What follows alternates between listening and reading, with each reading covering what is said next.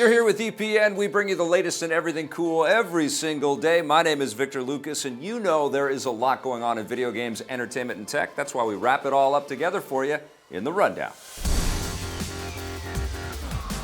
The PS4 might be getting a lot better.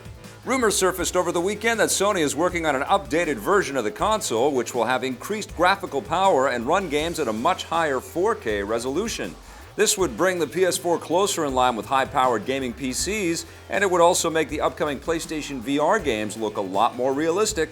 The report first appeared in Kotaku, and many other sites have picked it up since then. Sony still hasn't given any official confirmation. They have released updated slim models of their consoles in the past, and if the PS4.5 is the real deal, it would likely be unveiled at E3 this June. Indiana Jones. I always knew someday you'd come walking back through my door. According to The Hollywood Reporter, Steven Spielberg has hired acclaimed screenwriter David Koepp to pen the upcoming 5th Indiana Jones movie, which will once again star Harrison Ford. Koepp has a long history working with Spielberg. He wrote Jurassic Park, War of the Worlds, and the 4th Indy movie, Kingdom of the Crystal Skull. Whether or not his involvement in the new adventure is a good thing depends on your perspective. Many fans look at Crystal Skull as the weakest of the Indiana Jones movies, but it also has its fans. There's still no word about what the new movie will be about, but we can guess that it will take place in the late 1960s if you factor in how much time has passed. We also don't know if creator George Lucas is involved. Indy 5 will hit theaters in 2019. Your persistence surprises even me. And speaking of the unending sequel factory that is Hollywood, it looks like audiences won't have to wait much longer for Frozen 2. Speaking with Collider, Princess Anna herself, Kristen Bell, revealed that the highly anticipated sequel to the hit animated musical is right around the corner. She says the writers are just fixing up the script now, and she expects to begin recording lines in the next month. Bell adds that the sequel is taking as long as it is because the team wants to make sure that it's as great as the original. It wasn't until last year that Disney even confirmed they were making a Frozen sequel. The original earned $1.2 billion worldwide, with $0.1 billion of that from My Daughter alone, and is the highest grossing animated film of all time. So, with numbers like that, you knew they wouldn't be able to let it go. Disney still hasn't said when Frozen 2 will hit theaters, so when you'll be able to see it for the first time is still an open door. It opened. That's a first.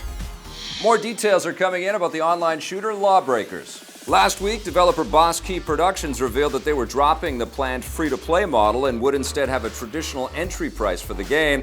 At the time, we reported that it would cost $60, but they've actually been planning to make it cost under $60, which means it will be less expensive than many full-price AAA games. They still haven't revealed a specific price. I'm a big believer in lately there's an idea of a gray area between free-to-play and sleazy and $60 disc-based day one games. There's got to be a mid-core type of experience. Is it $20, $30, $40? I don't know. Like Jonathan Blow charged, $39.99 for The Witness, and it sold like hotcakes. Yeah. There's a lot of gamers out there that aren't willing to spend $60. That's why they buy used. So if we can go full digital and offer it for a slightly lower price, why not try it? In a blog post, the developers say they made the decision to drop free-to-play because many in the online community are concerned that it can lead to pay-to-win mechanics and cheating. And the best solution was not to have any free-to-play mechanics whatsoever. Lawbreakers will hit the PC later this year. Now that she has Luke Skywalker's lightsaber, Daisy Ridley wants to add a pair of dual pistols to her belt. Speaking with The Hollywood Reporter, The Force Awakens star Daisy Ridley confirmed that she's in talks to play Lara Croft in the upcoming Tomb Raider movie. She adds that no formal offers have yet been made, but she'd love to play the iconic character and is waiting for someone to say yes. She's not the only fan of Lara Croft. Ridley's Force Awakens co-star John Boyega says that she'd be perfect for the role, and he was picturing her as Lara while he was playing one of the recent games. The new movie is expected to be based on the 2013 Tomb Raider reboot. We'll let you know if Ridley gets the part. I suspect you already know. Apparently, size really matters to the makers of Halo 5. Microsoft has released the first gameplay trailer for Warzone Firefight, the massive new multiplayer mode coming to the game. It's a combination of the existing Warzone mode and the Firefight mode from Halo 3 ODST, and we'll see a team of up to 8 players join together to defeat waves of enemies and complete objectives. Teams will need to survive 5 rounds of increasing difficulty, and there's also a timer to make things more interesting. The thing that sets Warzone Firefight apart is its scale. Microsoft says that this will be the largest co-op experience in Halo history. There's still no release date for the new mode, but it will arrive sometime this summer.